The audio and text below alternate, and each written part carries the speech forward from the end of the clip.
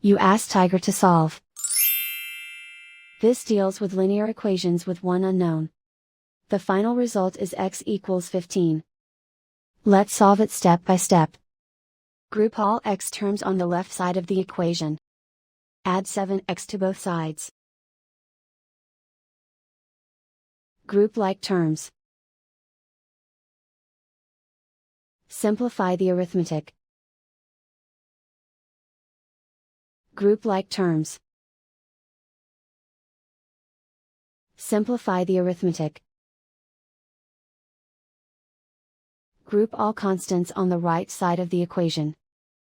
Add 219 to both sides. Simplify the arithmetic.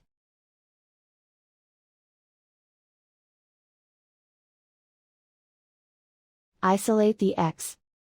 Divide both sides by 20. Simplify the fraction. Find the greatest common factor of the numerator and denominator. Factor out and cancel the greatest common factor. And so the final result is x equals 15.